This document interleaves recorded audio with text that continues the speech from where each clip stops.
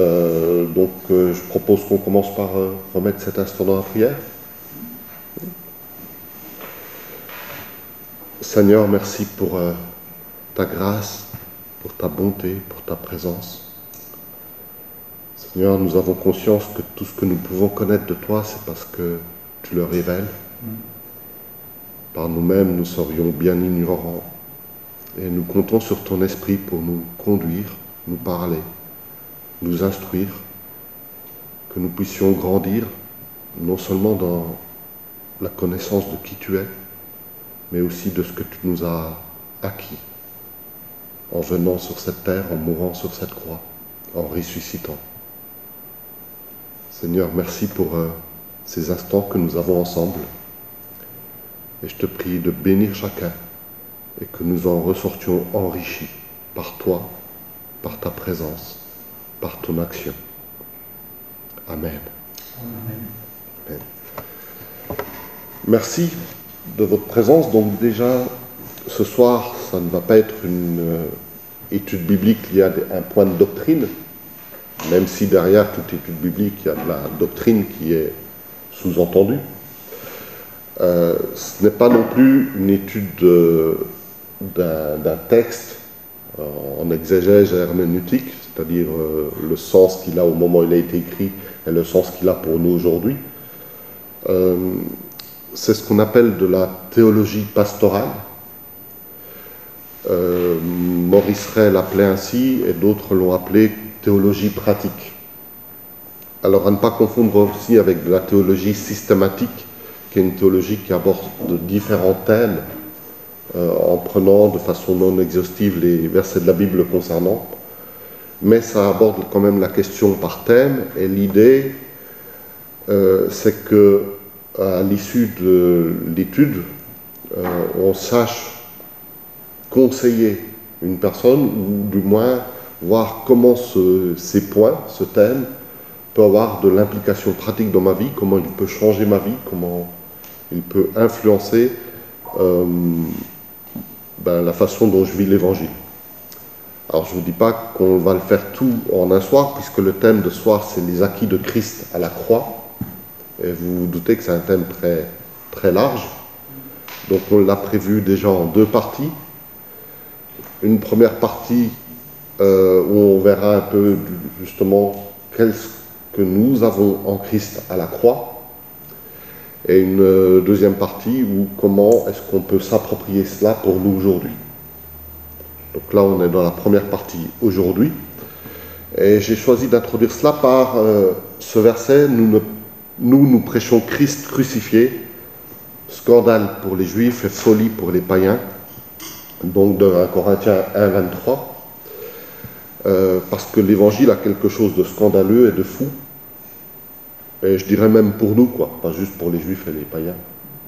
C'est une folie. C'est quelque chose qui va nous heurter. Et je crois que c'est par là que ça commence aussi. Alors, je sais que dans les points de doctrine, tout cela, vous avez abordé le péché, la question du péché. Et ce thème est forcément en relation, à votre avis, pourquoi ?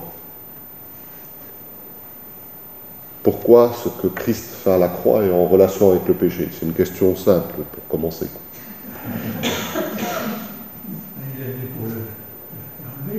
Parce qu'il est venu enlever le péché à la croix, justement. Alors, j'ai commencé par des illustrations que j'avais faites il y a longtemps, ça fait 30 ans. Aujourd'hui, nous parlerons du péché. D'accord. Le péché suscite en général de vives réactions. Quand on aborde la question du péché dans le monde, parce que déjà derrière le mot péché, souvent on met différentes notions en fait. Qu'est-ce que vous comprenez par péché ?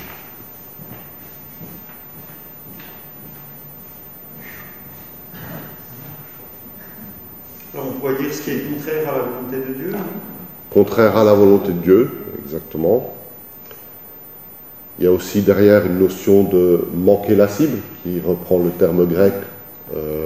Lorsqu'un archer disait « j'ai péché », ça veut dire qu'il n'a pas touché la cible, qu'il a visé à côté, qu'il est à côté. On pourrait dire en français courant, être à côté de la plaque. D'accord? Donc, il y a aussi une notion de ne pas être au niveau. Dieu attendait un certain niveau de bonne conduite, de cœur, d'attitude, un niveau de sainteté, on dirait, et on se trouve en deçà. Donc il y a toutes ces notions-là derrière le mot péché.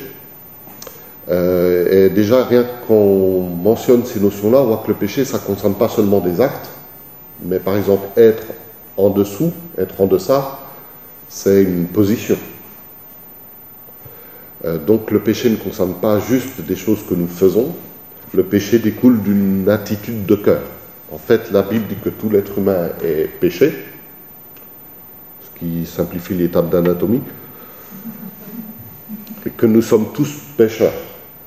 D'accord? Donc il y a quelques versets qui en parlent. Il n'est aucun qui fasse le bien, pas même un seul. Selon qu'il est écrit, il n'y a pas de juste, pas même un seul. Il n'y a point de distinction, car tous sont péchés et sont privés de la gloire de Dieu. Vous trouvez cela dans Romains, chapitre 3, les versets 10, 12, 22 et 23. Et bien sûr, la Bible parle de beaucoup de versets qui montrent la condition pécheresse de l'homme. Alors, il y a deux théologies qui s'opposent, on va simplifier, entre une théologie qui dit que l'homme est entièrement dépravé et une autre théologie qui dit que l'homme est en train de chuter. Donc la dépravation s'aggrave avec le temps, mais il y a encore des choses qui sont reflets de l'image de Dieu qui ne sont pas si altérées que ça. Et qu'avec l'évolution de l'humanité, l'altération devient de plus en plus forte.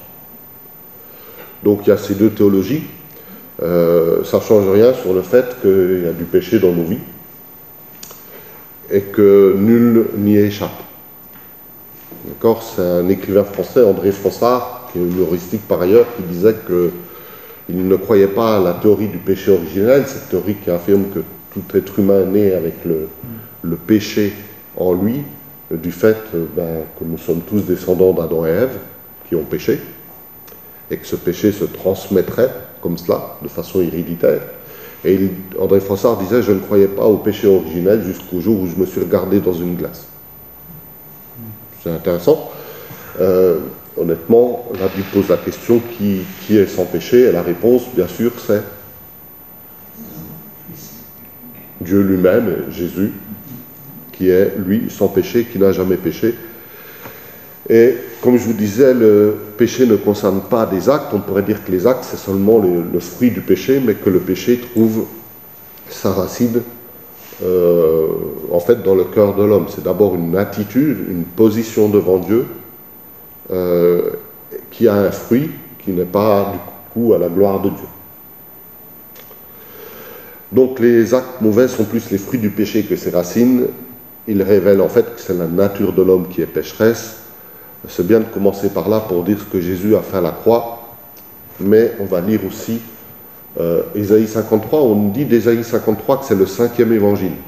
Vous avez peut-être déjà entendu cette expression-là, puisque c'est un des évangiles où il y a le plus de paroles prophétiques attribuées à Jésus. Alors là aussi, il faut savoir que les Juifs, par contre, n'attribuent pas ce passage à Jésus. C'est le passage qu'on appelle du serviteur souffrant, puisque c'est une description de la souffrance de Jésus. Les Juifs, eux, l'attribuent à eux-mêmes, c'est-à-dire au peuple souffrant. Et ils comparent une personne à un peuple tout entier, et ils font comme ça une analogie entre un serviteur souffrant et le peuple de Dieu qu'il représente, souffrant. C'est pour ça qu'ils ont du mal de voir Jésus à travers Isaïe 53. Toujours est-il que nous savons que toute la Bible est centrée sur Jésus. L'Ancien Testament pointe sur Jésus, le Nouveau, c'est l'histoire de Jésus, et les lettres nous disent les conséquences de la venue de Jésus. Mais tout est centré sur Jésus, et même dans l'Apocalypse, il est dit que le centre du livre, c'est la révélation de Jésus, et non pas la révélation de la fin des temps comme on pourrait l'entendre parfois. C'est avant tout une révélation de Jésus en gloire. Donc je vous propose Ésaïe 53 pour commencer. par quelque chose qui a été annoncé à l'avance. Qui a cru à ce qui nous était annoncé? Qui a reconnu le bras de l'Éternel? Il s'est élevé devant lui comme une faible plante, comme un rejeton qui sort d'une terre desséchée. Il n'avait ni beauté, ni éclat pour attirer nos regards, et son aspect n'avait rien pour nous plaire. Méprisé et abandonné des hommes, homme de douleur et habitué à la souffrance, semblable à celui dont on détourne le visage, nous l'avons dédaigné, nous n'avons fait de lui aucun cas. Cependant, ce sont nos souffrances qu'il a portées, c'est de nos douleurs qu'il s'est chargé, et nous l'avons considéré comme puni, frappé de Dieu et humilié. Mais il était blessé pour nos péchés, brisé pour nos iniquités. Le châtiment qui nous donne la paix est tombé sur lui, et c'est par ses meurtrissures que nous sommes guéris. Aussi, puisque vous avez reçu le Christ, Jésus le Seigneur, comportez-vous comme des gens unis à lui, enracinez-vous en lui, construisez votre vie sur lui, et attachez-vous de plus en plus fermement à la foi, conforme à ce qu'on vous a enseigné. Agissez ainsi, en adressant à Dieu de nombreuses prières de reconnaissance. Veillez à ce que personne ne vous prenne au piège de la recherche d'une sagesse qui n'est que tromperie et illusion, qui se fonde sur les traditions toutes humaines, sur les principes élémentaires qui régissent la vie dans ce monde, mais non sur le Christ. Car c'est en lui, c'est dans son corps qu'habite toute la plénitude de ce qui est en Dieu. Et par votre union avec lui, vous êtes pleinement comblés, car il est le chef de toute autorité et de toute puissance. C'est aussi dans l'union avec lui que vous avez été circoncis, non d'une circoncision opérée par les hommes, mais de la circoncision que demande le Christ, qui consiste à être dépouillé de ce que fait l'homme livré à lui-même. Vous avez été ensevelis avec le Christ par le baptême. C'est aussi dans l'union avec lui que vous êtes ressuscités avec lui, par la foi en la puissance de Dieu qu'il a ressuscité des morts. Et vous qui étiez morts à cause de vos fautes, et parce que vous étiez des incirconcis, des païens, Dieu vous a donné la vie avec le Christ et nous a pardonné toutes nos fautes. Car il a annulé l'acte qui établissait nos manquements à l'égard des commandements. Oui, il l'a effacé en le clouant sur la croix. Là, il a désarmé toute autorité, tout pouvoir, les donnant publiquement en spectacle quand il les a traînés dans son cortège triomphal après sa victoire à la croix. Donc j'ai utilisé la version Sommer, si vous l'avez reconnue, qui est une version qui offre une traduction sur le sens. C'est-à-dire que vous savez que quand on traduit, on peut faire une traduction mot à mot, mais il y a des expressions, si on traduit mot à mot, ça ne veut rien dire. Et donc là, on va plutôt traduire expression par expression, pour que l'expression grecque ait un sens pour nous en français. Il y a un exemple très connu dans la Bible sur ces différentes traductions. C'est lorsque David entre dans la grotte, et en hébreu, il est dit il s'est couché sur ses... Ah mince, j'ai plus mes notes sur place. Il s'est couché, il s'est assis sur ses pieds, quelque chose comme ça. Et en fait, littéralement, ça ne veut rien dire en français. Je me demande ce qu'il fait là. Et c'est ni plus ni moins, il a satisfait ses besoins naturels. D'accord ? Donc l'idée, c'est vraiment de ne pas seulement faire de la traduction mot à mot, ça peut être intéressant dans certains cas, quand on veut étudier un mot particulier, mais parfois c'est bien aussi d'avoir une traduction expression par expression. Donc là, la version Sommer vous offre cette traduction-là, expression par expression. Toujours est-il que dans ce texte, Colossiens 2, il nous est quand même clairement parlé de ce que nous avons en Jésus. Est-ce que vous avez un peu repéré trois passages qui présentent un peu l'œuvre de Jésus à la croix? Ça commence par le fait, voilà, je vais vous remettre cela au début.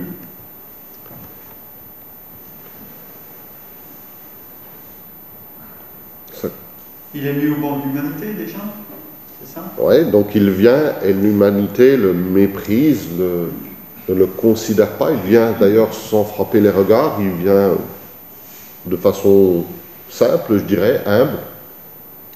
Il est dit sans éclat pour attirer nos regards. son aspect n'avait rien pour nous plaire. Ça, c'est contraire à toute l'imagerie des codes du dimanche. Voilà, exactement. Il n'avait ni beauté. Non. Et puis ensuite, il a dit qu'il était habitué à la souffrance, homme de douleur.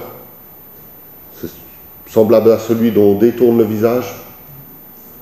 Donc, celui qui va attirer des foules à lui, physiquement, c'était pas le top modèle, quoi. Donc ça, c'est la première partie. La deuxième partie, verset 4, nous parle de ce qu'il a porté à la croix. Donc là, il est dit qu'il a porté quoi à la croix? Nos souffrances, nos douleurs. Et nous, au milieu de tout ça, on a continué de le rejeter. On pensait qu'il était puni, frappé de Dieu, humilié. Et il a dit qu'il a porté aussi nos péchés, qu'il a été brisé pour nos iniquités. Alors quelle est la différence entre iniquité et péché du coup? Voilà, l'iniquité, ce qui n'est pas juste. Et on commence à entrer dans le verset, la phrase suivante sur ce que ça nous apporte. Il a porté tout cela et ça nous conduit à être en paix, parce que le châtiment qui nous donne la paix est tombé sur lui. Et la guérison. C'est par ces meurtrissures que je suis guéri. Alors, cet aspect-là, on est déjà dans l'aspect pratique de ce que la foi en l'œuvre de Jésus est censée apporter dans notre âme. De la paix et de la guérison. C'est déjà un acquis qui va au-delà de simplement j'ai été lavé de mon péché. Et c'est important de le réaliser. Donc ce soir, on va surtout être dans la prise de conscience de tous ces aspects-là. Certains, vous les connaissez bien. Mais on va essayer d'en dresser une liste de tout ce que nous avons en Christ à la croix.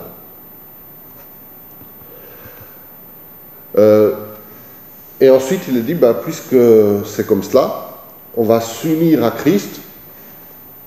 On verra dans la deuxième partie comment ça se fait concrètement. On va construire notre vie sur lui. On va s'attacher à lui pour pouvoir agir comme des chrétiens. Et donc, ça commence par ce que Jésus a fait à la croix. Et ça débouche sur une action, une attitude, un caractère. Et l'évangile, c'est pas l'inverse. C'est pas d'abord je fais des actions qui sont justes et après je peux m'unir à la croix. C'est d'abord une union avec Christ, si bien que il y a des choses qui se passent dans mon cœur qui vont se traduire en action. Et ensuite, on verra la dernière partie où là, il est parlé de cet engagement avec Christ, une nouvelle circoncision de cœur, on verra de quoi il s'agit. Cette notion de baptême, nous sommes ensevelis avec lui et ressuscités avec lui, comme une façon de s'approprier l'œuvre de Jésus à la croix pour nous. Et puis, cette notion que je suis ressuscité avec lui par la foi en la puissance de Dieu qui l'a ressuscité des morts. Donc tout ça, on le verra, mais on se rend compte à travers ce texte qu'en fait, l'œuvre de la croix, c'est pas juste « j'ai effacé tes péchés », ce qui serait déjà beaucoup.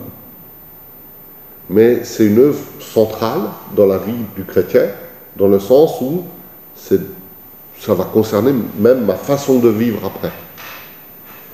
Et ça concerne d'abord tout ce que Jésus a fait pour moi. Et donc c'est une façon globale de traiter mon être. Alors, je vais basculer sur un autre PowerPoint concernant notre être humain. Voilà. Il y a deux théories qui ne s'opposent pas vraiment. On les a opposées dans l'histoire de l'Église, mais je trouve que c'est un peu dommage.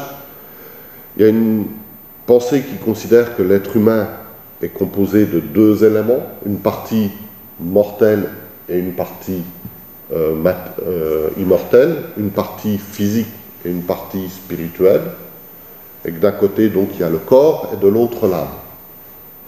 Et puis, vous avez une théorie où l'être humain serait composé de 3 parties.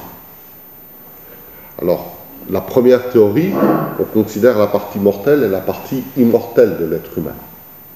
Dans la 3e partie, on va rajouter la notion d'esprit. Alors, ce n'est pas un point de vue théologique que je prends plus que l'autre, d'accord, puisque je considère que c'est en fait se battre pour rien du tout. Surtout que ces parties sont en interaction l'une de l'autre. Et ça se voit concrètement, puisqu'on est en théologie pratique aussi, des maladies psychosomatiques, ça existe. Et on pourrait même dire que certaines positions spirituelles ont des impacts sur mon âme et des impacts sur mon corps, et tout ça ne forme pas des boîtes étanches, il y a des échanges. Vous pouvez avoir quelqu'un qui est dépressif parce qu'il en a marre de souffrir dans son corps, et c'est tout à fait compréhensible. Et puis vous avez quelqu'un qui souffre certaines choses dans son corps parce qu'il a des pensées dépressives, ce qui fonctionne aussi dans les 2 cas. Donc c'est pas si étanche que ça, hein, corps, âme, esprit. Juste, je vous montre cela parce que je crois que Jésus, à la croix, désire guérir. Simplement, le corps, l'âme et l'esprit ont un peu des statuts différents. Le corps, donc vous savez ce que c'est, hein, la chair, le sang, les os, les 5 sens, l'appétit, les instincts, etc. Il est surtout fait pour être en relation avec le monde physique, avec le monde naturel. Et donc, si je suis guéri dans mon corps, l'idée c'est que je puisse mieux interagir avec ce monde physique. Ça va? Donc, lorsqu'un aveugle est guéri, c'est pour qu'il puisse mieux appréhender le monde physique autour de lui, et donc mieux agir dans ce monde physique. L'âme. Donc, dans l'âme, en général, vous faites un acronyme avec vie, V comme volonté, I comme intelligence, E comme émotion. Je précise que l'intelligence, ce n'est pas simplement le fait d'avoir des pensées, mais c'est aussi la façon d'élaborer ces pensées. L'âme, elle est faite pour être en relation avec quoi? En fait, je devrais dire avec, pas quoi, mais qui? Parce que l'âme, c'est fait pour être en relation avec autrui. Je vais partager des émotions, je vais partager des idées. D'ailleurs, ça a donné la même racine que le mot amitié. Et quand l'interaction est très forte, dans certains contextes, la notion d'amour. Donc la relation avec autrui.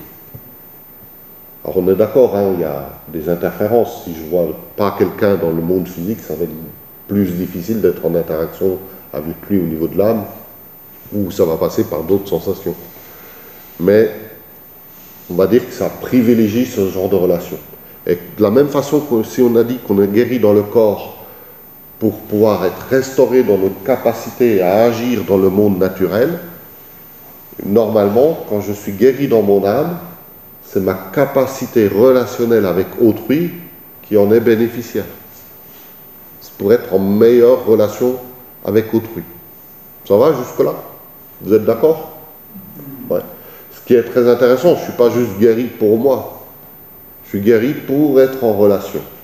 Et c'est ce qui se passe aussi au niveau spirituel. Donc dans l'esprit, on y met en général, théologiquement, habituellement, l'intuition, la révélation, la communion, l'adoration, la foi.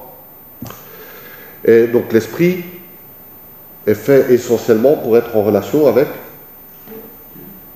avec le monde spirituel. D'accord? Initialement, c'était une relation exclusive avec Dieu, mais à cause de la chute, Dieu a perdu l'exclusivité de cette relation. Donc les gens se tournent vers bien d'autres puissances que simplement Dieu. Et donc quand je suis guéri en esprit, je redécouvre ma relation avec Dieu. Et il faut se rendre compte que Jésus à la croix porte tout cela. Alors, la Bible nous appelle saints. Vous êtes d'accord? La Bible, Paul écrit aux saints qui sont des êtres tout à fait vivants au moment où Paul leur écrit. La Bible nous appelle saints. On a tendance à dire que cette sainteté, elle est acquise au niveau de l'esprit. Le corps, malheureusement, notre corps vieillit. On n'est pas guéri de tout dans notre corps. D'accord? Certaines blessures laissent des cicatrices dans notre corps aussi. On voit les limitations de notre corps. La Bible nous parle qu'un jour, nous aurons un corps glorifié. Alors, est-ce que c'est un corps nouveau ou un corps transformé? Là aussi, il y a deux théologies qui s'opposent. Toujours est-il que je n'aurai plus ce corps qui me fait souffrir. C'est ça qu'il faut retenir. J'aurai un corps sans tache ni ride. L'Église sera comme cela aussi. Si on regarde la Bible, les seules cicatrices qui sont visibles dans le ciel sont les cicatrices de Jésus que Jésus a portées à la croix. Ce qui est intéressant. Donc notre corps, on se rend compte qu'au niveau sanctification, quelque part, il a encore du boulot, quoi, pour atteindre la glorification. Et que ça se fera au moment où je rencontrerai Jésus. Et l'âme au milieu, à votre avis? En tout cas, moi je sais que mon âme n'est pas parfaitement sainte, qu'elle a encore besoin d'être sanctifiée, mais qu'en même temps elle est en chemin, elle a été transformée quand même. Il y a des choses que je ne ressens plus, que je ne vis plus depuis ma conversion. Il y a plus de non-pardon, voilà, il y a des choses qui ont été transformées. Et il y a d'autres domaines où je sais que je suis encore faible, que je dois y faire attention. Et donc, c'est pour cela qu'on va parler d'une sanctification pour l'âme. C'est-à-dire une transformation qui se fait encore, et puis qui, bien sûr, quand je serai au ciel, sera complète. Donc, on pourrait schématiser cela comme ça, l'esprit qui est complètement restauré, l'âme qui est en cours de restauration, et on doit tous y travailler les uns avec les autres, et le corps qui, lui, quand Dieu guérit, tant mieux, c'est du bonus, on prend, mais qui un jour devra quand même être transformé ou changé selon votre théologie. Alors, à cela, nous, pratiquement, puisqu'on est dans de la théologie pastorale, on a remarqué que si on travaille ces trois points-là en relation d'aide, c'est déjà pas mal, et que Jésus a effectivement ne met pas de limitation en disant j'ai tout porté à la croix sauf le corps. Il a dit j'ai porté toutes vos souffrances, toute maladie.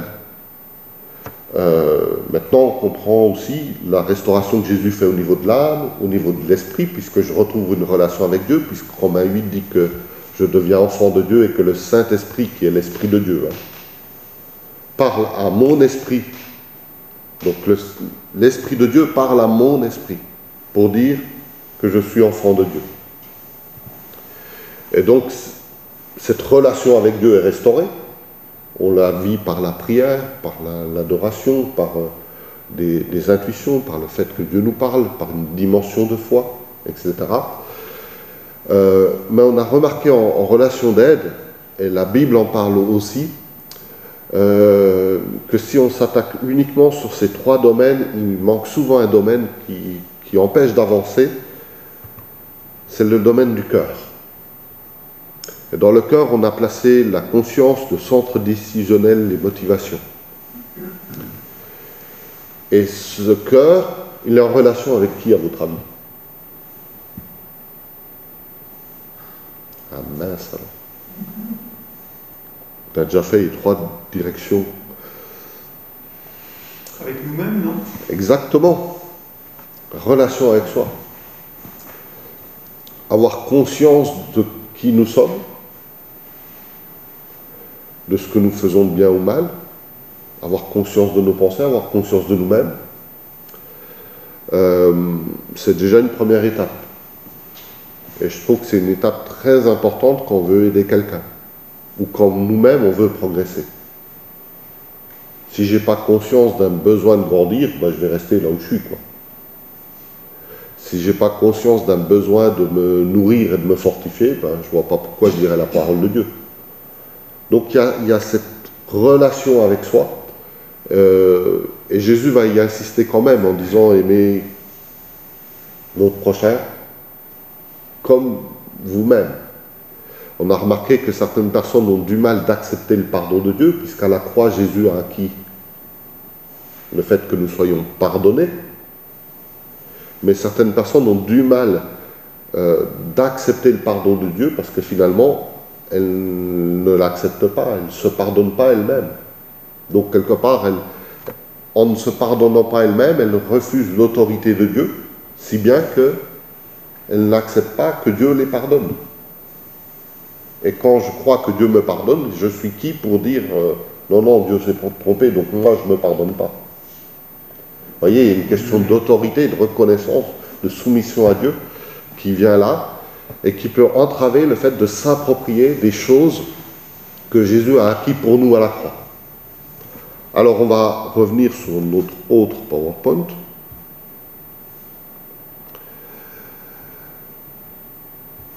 Donc,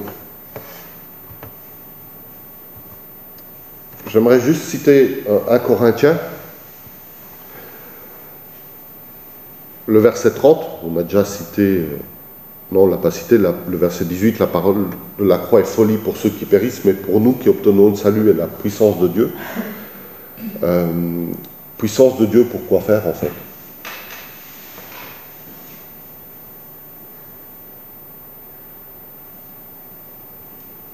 À quoi est-ce que vous voyez que quelque chose est puissant? La puissance d'une voiture, par exemple. À ses effets, non? À ses effets. Effectivement. Il y a une notion d'autorité, il peut le faire, et une notion qu'il le fait, et donc il y a un effet, il y a quelque chose qui se passe. Et plus c'est puissant, moins il y a des choses qui peuvent entraver le fait que l'œuvre de Dieu se passe. Donc Dieu est tout puissant, donc absolument rien ne peut entraver ce qu'il veut faire.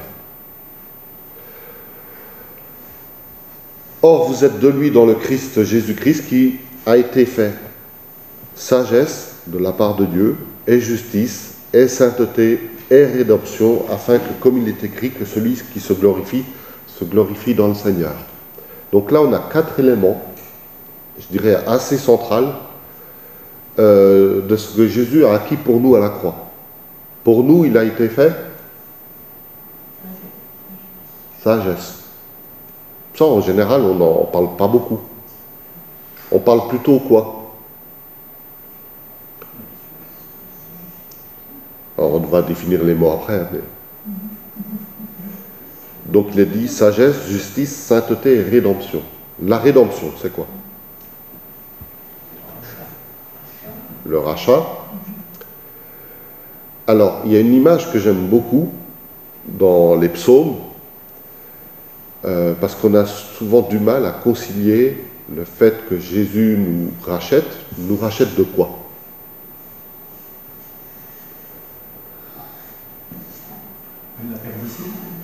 Ouais, alors rachat, ça veut dire qu'il y a une dette quelque part. À qui est-ce que Jésus a payé la dette? La rançon, rançon. Ouais, alors rançon, c'est intéressant. Le mot rançon, c'est quand j'ai été kidnappé et qu'on demande, une somme en échange. Mais c'est un peu léger. Pourquoi, justement? Si on regarde dans la Bible, est-ce que Jésus a payé Satan? Est-ce que Satan a reçu quelque chose en échange de votre liberté en Christ? Oui, une défaite. Oui, une défaite. Donc il n'a pas obtenu d'argent, quoi. Il n'a pas obtenu de rançon, il n'a pas obtenu quelque chose en échange, il n'a pas obtenu un poste, une promotion auprès de Dieu, quoi. Au contraire, il a été complètement, la Bible dit, dépouillé. Il a été livré publiquement en spectacle. Comme quelqu'un qui était dans la défaite, dans l'Empire romain, on le montrait en général tout nu à toute la population qui était là pour célébrer la victoire, pour montrer qu'il était bien en bas de l'échelle, quoi. Et donc, Satan n'a rien obtenu. Alors à qui est-ce que Jésus a payé le prix de notre rançon? À Dieu. Donc Dieu s'est payé lui-même. Et pourquoi il n'aurait pas pu juste effacer l'ardoise? Il l'a fait aussi, à cause de la rédemption. Ouais. Mais pourquoi est-ce qu'il n'aurait pas... Dieu est Dieu, et on a dit qu'il est tout-puissant, donc rien ne peut l'empêcher. Pourquoi est-ce qu'il ne décide pas d'un seul coup de dire, c'est bon, je restaure l'homme, et puis c'est bon, quoi. Pourquoi est-ce qu'il va jusqu'à payer de sa vie? Est-ce que c'est ça le sens de Jésus à la croix? Payer à notre place, hein. Ouais. Ça, c'est juste. Il est juste et ça aussi. Exactement. Et donc, Il s'en tient à la règle qu'il a fixée. et il est fidèle à lui-même. Et effectivement, Dieu a fixé des choses. Dieu est juste. Et remettre notre péché comme cela, ça serait quelque part vécu comme une injustice.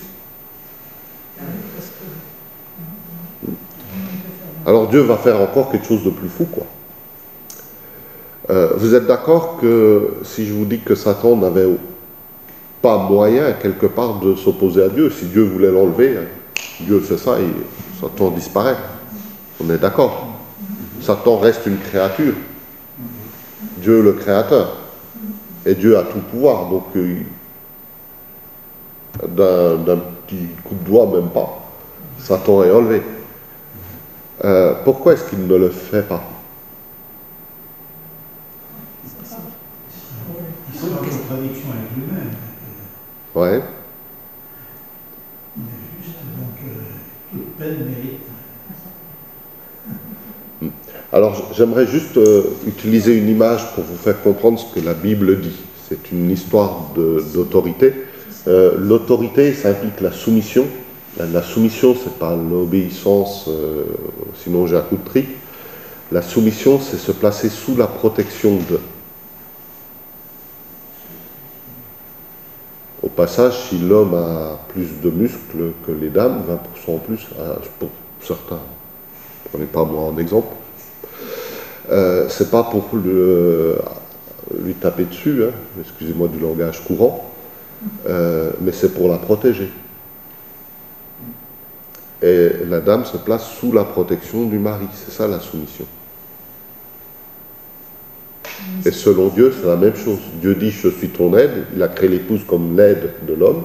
Dieu se place au même niveau en disant « je suis ton aide et je te protège ». Et la soumission, c'est se placer sous la protection de Dieu. C'est ce qui a été souvent mal compris. Ou souvent mal compris, c'est pour ça que je me permets de faire cette parenthèse-là. Mais elle est intéressante, puisque, en fait, qu'est-ce qui se passe? L'homme était dans une position très intéressante, je dirais entre ciel et terre. Dieu crée la création, il place l'homme, il lui donne son esprit pour être en communion avec Dieu. On a vu l'esprit, relation avec Dieu. Et donc l'homme a la tête au ciel et les pieds sur terre. Et l'homme domine sur la création. Et après la chute, Satan vient dominer sur l'homme. Et si Dieu écrase Satan, viens écraser. Viens écraser. Voilà, il se passe qu'il écraserait l'homme en même temps. Donc, qu'est-ce que fait Dieu? Il enlève Satan. Non. Il vient en dessous. Il se fait homme. Il vient au même niveau que l'homme. Et quand il meurt, il va encore plus bas. Et quand il ressuscite, il remonte. Et en remontant, il déchire la puissance de la mort. Satan ne peut pas monter au-dessus d'un certain niveau, puisqu'il y a les cieux, il ne peut plus rentrer. Et donc Satan, au lieu d'être écrasé par-dessus, ce qui aurait écrasé l'homme, va être comme écrasé par-dessous par la résurrection de Christ. Il traverse. Et en même temps, ceux qui sont en Christ Bon, avec ben, mourant avec lui. C'est une image, hein, c'est bien incomplet, mais Ça change de forme. comment? Ça change de forme. Quelque part. Exactement. Et donc on a écrasé Satan par-dessous. Et ce qui est intéressant, c'est que David dit que Dieu m'a racheté, puisqu'on est dans l'histoire de rachat, au double de mon prix. Pourquoi est-ce que le psalmiste utilise cette expression-là? Il y a une tradition dans le monde romain que lorsque on vend un esclave, si Thomas vient et m'achète, il m'achète à mon prix, je deviens l'esclave de Thomas.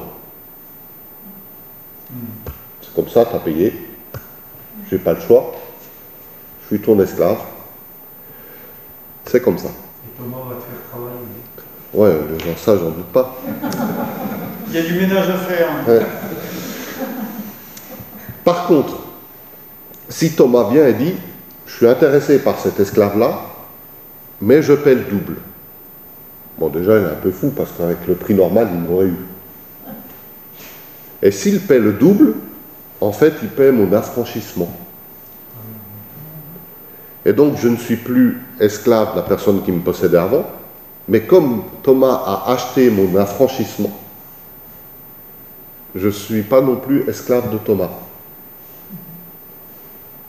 Par contre, ce qui se passait, c'est que si je deviens un homme libre, mais que j'ai pas de quoi me nourrir, pas de logement, pas de vêtements, voilà, c'est pas le top non plus. Donc je pouvais volontairement dire à Thomas, je suis tellement reconnaissant de la liberté que tu m'offres que je choisis de te servir. Je deviens esclave volontaire. Vous pouvez penser que c'était un bon maître. Voilà. Et lui va me loger, nourrir, vêtir, et je vais peut-être être pédagogue de ses enfants.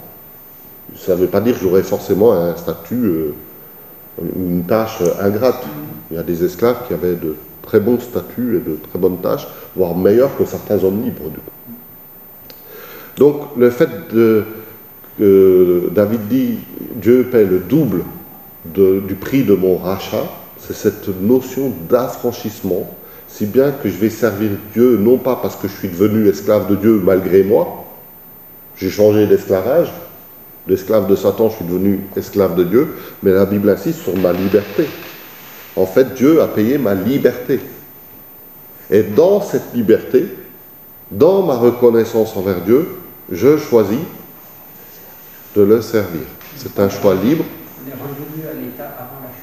On est revenu à l'état même meilleur qu'avant la chute. On verra pourquoi meilleur, parce qu'il y a des choses qu'on a en Christ qui sont bien meilleures qu'avant la chute. Et ça rejoint le texte qui dit « Donnez-vous vous-même à Dieu ». Exactement. Et c'est pour ça que Paul dit en même temps qu'il est libre en Jésus et en même temps esclave de Christ. Sinon, on n'arrive pas à concilier les deux. C'est un esclavage complètement volontaire.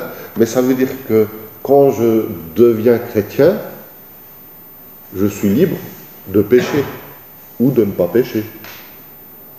C'est pour ça qu'il y a encore des chrétiens qui pêchent. Pas vous, mais moi, ça m'arrive de temps en temps.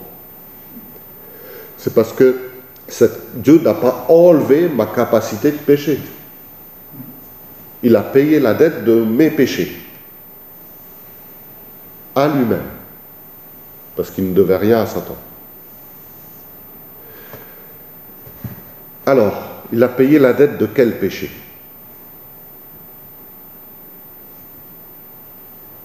Bibliquement,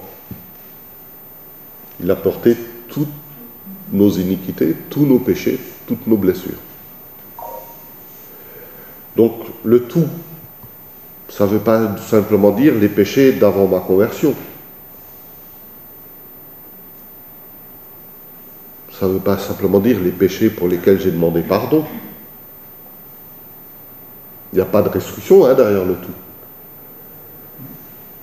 Ce n'est pas un contrat d'assurance, sauf les péchés pour lesquels tu as oublié de demander pardon, sauf les péchés qui ont été commis avant telle date. De toute façon, quand Jésus est mort pour moi à la croix, tous mes péchés étaient à venir. Donc, il a payé pour tous mes péchés, passés, présents et à venir. est-ce qu'il a payé pour les péchés des personnes non chrétiennes? Oui.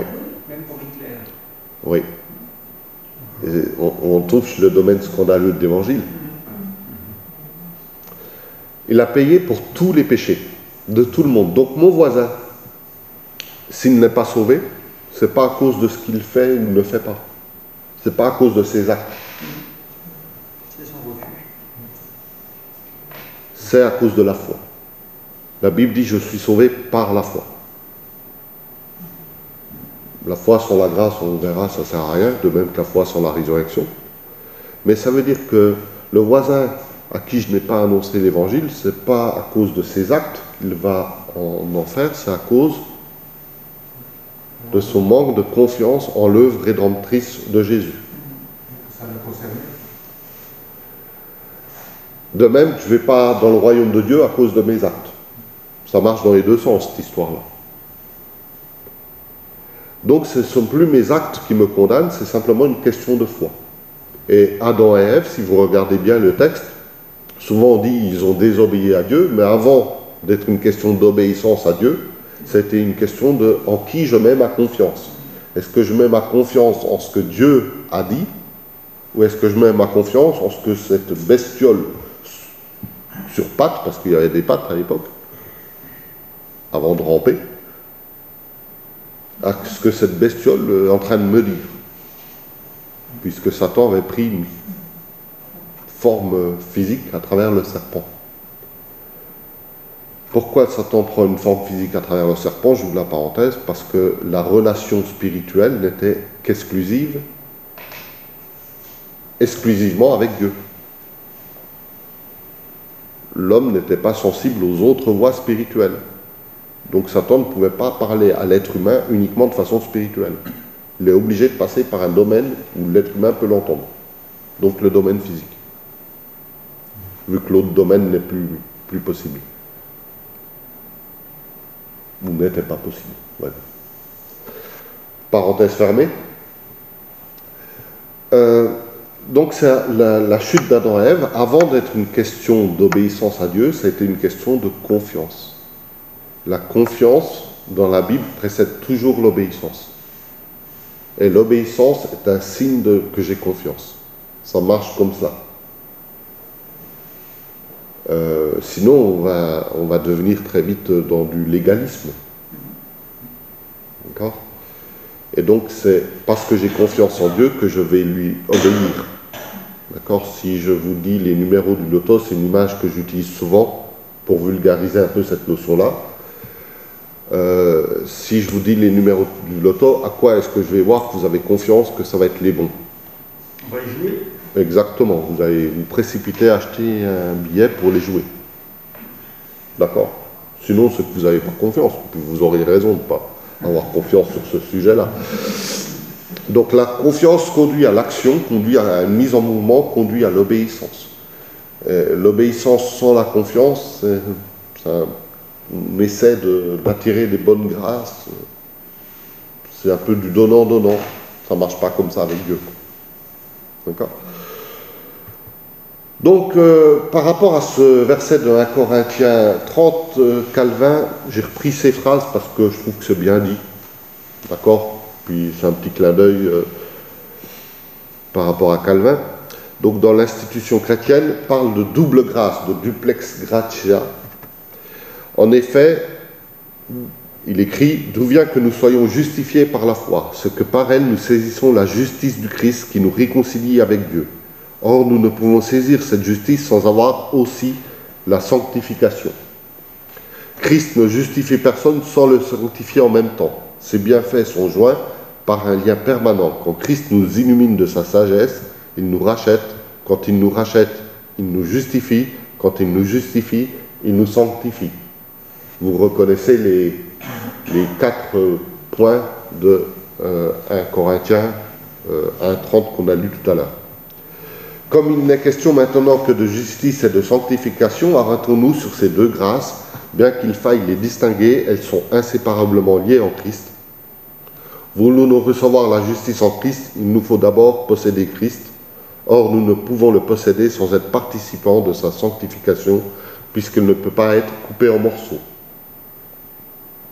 Puisqu'il en est ainsi, le Seigneur Jésus ne donne jamais à quelqu'un la jouissance de ses biens sans se donner lui-même. Il les accorde avec largesse, tous deux ensemble, jamais l'un sans l'autre. On voit donc combien cette formulation est vraie. Nous ne sommes pas justifiés sans les œuvres, bien que ce ne soit pas par les œuvres, puisque la sanctification n'est pas moins contenue dans la participation de Christ, dans laquelle réside notre justice. Donc en gros, Calvin est en train de dire tout est lié. Je ne peux pas juste être pardonné et non sanctifié, par exemple. Calvin dit, je vais être justifié, je vais être sanctifié, je vais être pardonné et je vais recevoir la sagesse. C'est un package. On ne peut pas déchirer Christ en morceaux. Il poursuivra ce discours en comparant Christ à un vêtement qu'on déchirerait. Et là, le vêtement perdrait toute utilité. Et donc, Dieu a une œuvre complète pour moi, qui concerne aussi bien le corps, l'âme, l'esprit, aussi bien ma relation avec lui, que ma relation avec les autres, que ma relation avec moi-même, si on y inclut la conscience, que ma relation avec le monde physique. Ça a une pertinence aujourd'hui.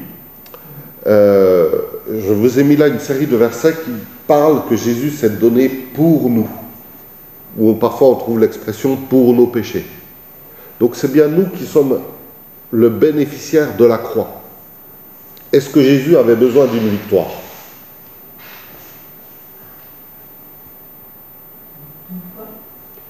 D'une victoire. Est-ce que Jésus avait besoin de sanctifier sa vie? Non. Pourtant, la croix est une œuvre de sanctification. Donc c'est pas pour lui, c'est pour nous. Est-ce que Jésus avait besoin de montrer sa supériorité par rapport à l'ennemi? Non. Donc, cette victoire, elle n'est pas pour lui.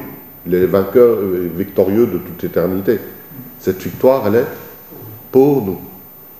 Est-ce que Jésus a besoin de sagesse? Non, il est la sagesse lui-même. Donc, en fait, à la croix, il nous donne sa sagesse. C'est ce qu'on a vu aussi dans 1 Corinthiens. Mais cette sagesse, c'est pour nous. En fait, le centre de la croix, c'est l'amour de Jésus pour nous. La croix, elle existe parce que nous existons. Dieu sait toutes choses, vous êtes d'accord? Ça veut dire qu'au moment de la création, Dieu savait qu'il allait donner sa vie pour nous. Et malgré cela, il a choisi de nous créer. Moi, ça me scotche chaque fois. Excusez-moi le vocabulaire, mais c'est extraordinaire. C'est un roi. Seigneur, tu savais que tu allais mourir en me créant. Tu savais que tu allais souffrir comme jamais on ne peut souffrir. Et toi, tu as accepté ça. Et malgré cela, tu as accepté de me créer. Et quand je prends conscience de cela, je prends conscience qu'en fait, Dieu aurait très bien pu dire, hop, on ferme le dossier là, la croix, j'y passe pas. Et c'est vraiment par égard pour nous qu'il y va. D'accord? Dieu n'a rien à prouver, n'a rien à montrer, n'a rien à acquérir, c'est simplement nous avoir avec lui. Et donc, c'est pour ça qu'il a dit que c'est une démonstration de l'amour de Dieu. Il n'y a pas de plus grand amour que de donner sa vie, mais là, ça va plus loin. C'est une véritable démonstration de l'amour de Dieu pour nous, à notre égard. La croix est l'acte d'amour le plus grand qui puisse jamais exister. Pourquoi Dieu avait besoin de cette relation avec eux? C'est un choix de Dieu, c'est aussi le choix de partager cet amour-là. Donc c'était une preuve d'impuissance, puisqu'il avait besoin de quelqu'un d'autre. Alors, la notion de besoin elle peut être piégée. C'est-à-dire que nous, on comprend le besoin comme quelque chose qui m'est indispensable. Une dépendance. Une dépendance. Alors, je réponds de deux façons. Bibliquement, Dieu se rend lui-même dépendant de l'homme, alors qu'il peut faire autrement. il choisit de passer par l'Église, franchement. Pour évangéliser le monde, il aurait bien le temps d'apparaître, et puis tout le monde le voit, et puis c'est fini, quoi. Hein. Non, il choisit de passer par nos faiblesses. Il choisit de passer par nous, parce qu'il veut nous rendre participants de qui il est, participants de son œuvre. Et ce n'est pas une faiblesse de sa part, c'est un désir de nous rendre heureux en voyant son œuvre avancer. C'est de nous rendre participants à sa nature divine. Comme il est dit, nous sommes co-ouvriers avec Dieu. C'est un choix de Dieu. Et un choix qui n'est pas nécessité par un besoin, mais simplement par une volonté de nous aider. Alors, ça c'est la première chose. Ensuite, l'amour de Dieu. Dieu aime le Père aime le Fils aime le Saint-Esprit, et ils ont envie que cet amour se répande. Pas qu'il reste cantonné à 3 personnes. Et d'où tout le sens de la création. Moi, je vois la création comme, je ne sais pas si j'ai raison de voir ça comme ça, mais comme des parents qui préparent la chambre du bébé, quoi. Là, il sera bien et tout. Je vais lui créer l'environnement dans lequel il va pouvoir s'épanouir. Et Dieu crée l'environnement, ensuite il crée l'être humain. Et il le crée aussi dans ce même besoin relationnel, ou cette même nécessité relationnelle, sans que ça soit une faiblesse. Je ne sais pas si ça répond trop à ta question, mais c'est une super question, en fait. Qui montre qu'en fait, l'amour de Dieu ne s'explique pas. Et c'est bien comme ça. Je dis souvent en relation d'aide, si tu attends que l'amour de Dieu s'explique, tu risques d'attendre longtemps, puis le jour où tu arrives à l'expliquer, ce n'est plus de l'amour. L'amour ne s'explique pas. C'est un choix de Dieu où il va jusqu'au bout de ce choix, en sachant que ça lui coûte sa vie. Donc là, vous avez une série de versets. Il y en a d'autres, je me suis contenté de quelques versets dans le Nouveau Testament, où on voit que Dieu donne sa vie pour nous, paie la rançon pour nous, donne son sang pour le peuple, pour la multitude. Il est mort pour nous, la justification est pour nous, la victoire est pour nous, etc. Alors, j'ai pris la publication des facultés universitaires de Saint-Louis, qui est une école à Bruxelles. C'est un texte théologique sur pourquoi Jésus est mort pour nos péchés. Et d'après les textes et d'autres, il dit: il est clair que la mort du Christ a été interprétée comme un acte accompli, hyper, péri ou anti. La nuance est négligeable pour ces propositions, parce qu'on peut toutes les traduire par en faveur de, à la place, et non pas seulement à cause de. Et j'insiste là-dessus parce qu'on dit souvent Jésus est mort à cause de nos péchés. Mais ça va plus loin. Jésus est mort à ma place. Jésus est mort pour que j'aie la faveur de Dieu en faveur de moi. Et dans cette notion-là, ce qui est intéressant, c'est que quand on place Dieu au centre, tout d'un coup, nous devenons le centre du cœur de Dieu. Il y a comme un phénomène comme ça. Dieu nous a au centre de son cœur et il nous demande de le placer lui au centre. Alors je vais vous montrer une petite étude que j'ai faite sur qui nous sommes en Christ. En Christ, nous sommes, et on terminera avec cela, en Christ, nous sommes sauvés. Je vous passe les versets bibliques, j'en ai mis un à chaque fois, même si on aurait pu mettre plein. Sauvé, sozo, qui veut dire en même temps sauvé spirituellement, sauvé psychiquement, sauvé physiquement. En Christ, nous sommes dans la grâce de Dieu. En Christ, nous sommes complètement pardonnés. En Christ, nous sommes pleinement bénis, rachetés de la malédiction. En Christ, nous sommes libres de la loi, du péché et du monde. J'aurais pu le faire en 3 points. En Christ, nous sommes purs, saints, nets, saints. S-A-I-N-T-S pour le premier et S-A-I-N-S pour le deuxième. C'est-à-dire mis à part pour Dieu. En Christ, nous sommes vivants pour l'éternité. En Christ, nous sommes une nouvelle création née de Dieu. En Christ, nous sommes aimés de Dieu, remplis de son amour. Nous sommes dans sa joie, nous sommes dans sa paix, nous sommes fils et enfants de Dieu. En Christ, nous sommes appelés. La Bible dit même cette expression, nous sommes de Jésus, issus de lui, quelque part. Notre origine est en lui. En lui, nous sommes disciples de Jésus. Nous sommes amis de Jésus, en relation avec lui, connus de lui. Nous sommes le corps de Christ. Nous sommes témoins. Nous sommes la lettre de Christ. Nous sommes ambassadeurs de Christ. Nous sommes collaborateurs de Dieu, c'est-à-dire que nous travaillons avec lui. Nous sommes le temple du Saint-Esprit, l'édifice de Dieu, le peuple de Dieu. Là aussi, on aurait pu couper en 3. Nous sommes, je n'ai pas fini, participants de sa nature divine.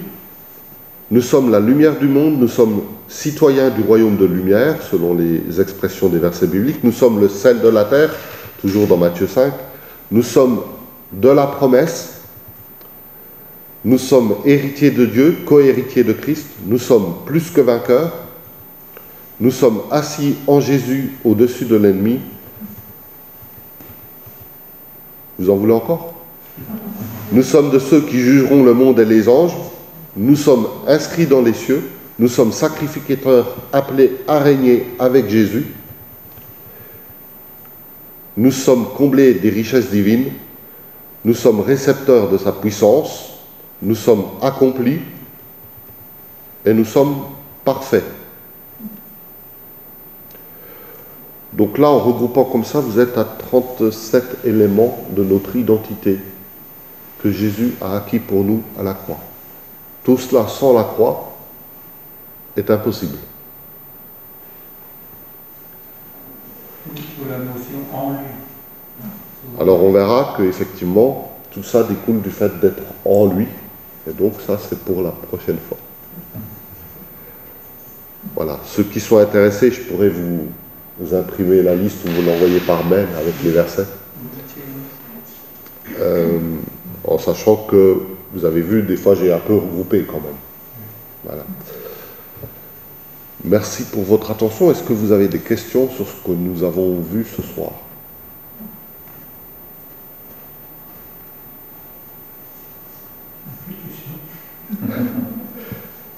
C'est juste, moi j'ai noté introduction sur ce fichier-là, parce que c'est juste le début. Et je crois qu'on va, en fait on ne fait que esquisser les choses, mais je trouvais important de réaliser cette œuvre de la croix. Et, tout à l'heure, quand tu parlais des péchés, Christ est mort pour nos péchés, tous nos péchés, je me suis dit, mais les péchés pour lesquels on ne demande pas pardon, justement, et ça reste quand même un blocage, quoi. ça peut être un blocage pour nous, mais pas pour accéder au royaume de Dieu. Non, c'est pas ça qui va nous fermer la porte. Et Dieu nous les a déjà pardonnés. Par contre, c'est peut-être bien dans ce mouvement de sanctification de l'âme dont on parlait, puisque spirituellement, nous sommes assis avec Christ dans les lieux célestes, je suis saint, tout ça, ok? Mais mon âme a besoin de cette sanctification progressive, c'est bien de prendre conscience de ces péchés-là. Et bien sûr, je rappelle que la seule personne qui est apte à me dire mon péché, ce n'est pas Satan, c'est le Saint-Esprit, qui peut utiliser un frère ou une sœur. D'accord? Mais ce n'est pas l'ennemi de m'accuser. C'est au Saint-Esprit de faire la lumière et de me restaurer.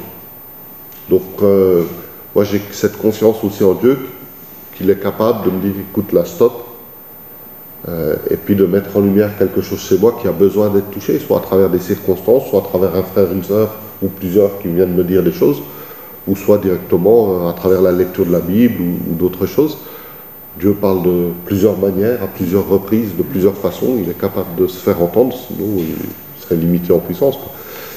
Mais Dieu est capable de me parler. Par contre, quand c'est l'ennemi qui me rappelle un péché avec culpabilité et tout ça, je ne l'écoute même plus, quoi. Il n'est pas intéressant ce qu'il dit. Ce qui est intéressant, c'est ce que Dieu dit. Mais effectivement, ça peut m'entraver. De même que ne pas accepter le pardon de Dieu, ça va m'entraver à un moment donné. Ou quand je sais que j'ai une démarche à faire vis-à-vis de quelqu'un, ben, dans le processus de guérison et de sanctification, j'insiste là-dessus, dans ce processus-là, un jour je serai amené à le faire et ça sera source de croissance pour tout le monde, quoi. J'ai aussi le sentiment, alors c'est peut-être un sentiment erroné, hein, mais par rapport à tout ce qu'on a évoqué des motivations de Dieu pour le salut des hommes, la Bible n'en parle pas ou que très peu, donc je pense que ce n'est pas essentiel pour nous pour accéder au salut. Là, il y a quand même tout un champ qui nous échappe complètement, c'est ce qui se passe dans les lieux célestes. Ça veut dire que Dieu retranscrit pour nous ce qu'on a besoin de savoir au niveau du salut, mais dans la lutte qu'il opère par rapport au diable, il y a tout un champ qui nous échappe complètement aujourd'hui, c'est ce qui se passe et qu'on ne voit pas. Oui, de même que Job, nous on a l'explication, mais j'ai jamais vu dans la Bible que Dieu ait expliqué les choses à Job. Alors sans doute qu'après, quand Job a lu le bouquin, il a compris. Ouais. Si c'est lui qui l'a écrit, ça veut dire que Dieu lui a montré quand même à un moment donné, mais on voit que c'est finalement pas ça le centre. Et moi, ce qui me touche à travers ça, c'est que finalement, c'est pas la compréhension de ce qui nous arrive qui est le plus important, c'est de rester dans cette relation avec Dieu. Et tant qu'il y a la relation, tout est possible.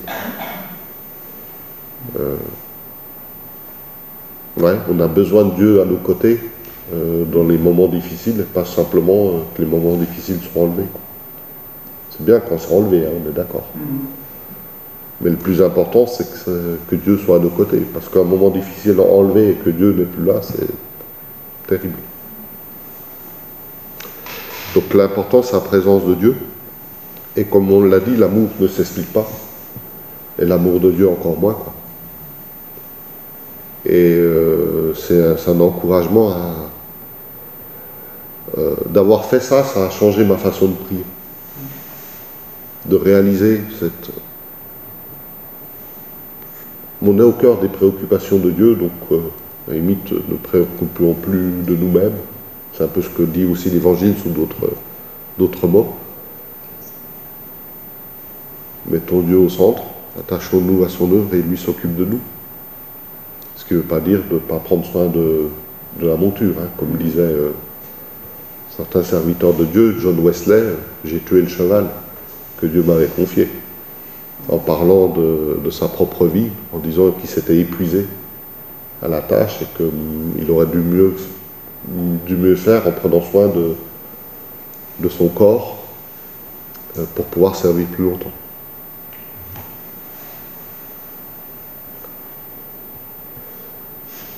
Voilà.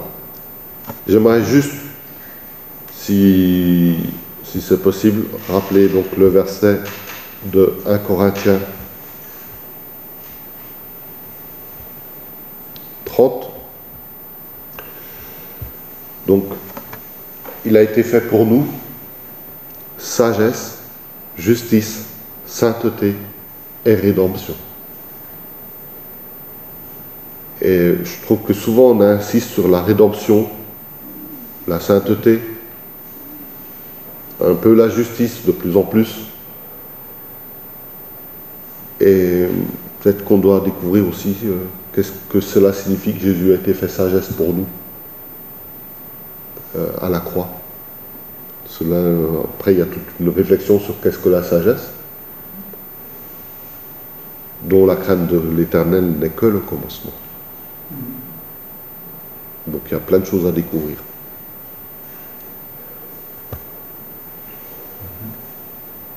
Voilà, bonne soirée. S'il n'y a pas d'autres questions, je reste à disposition.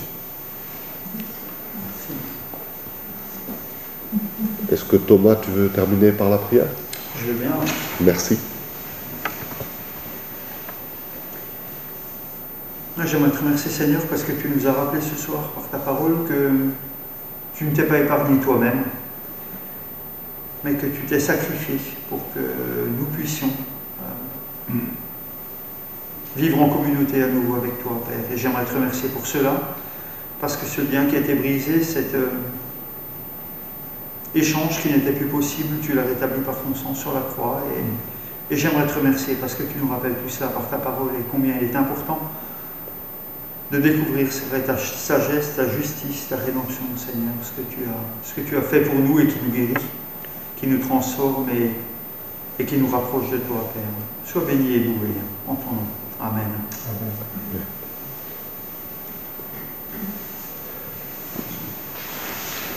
Bonne soirée à chacun.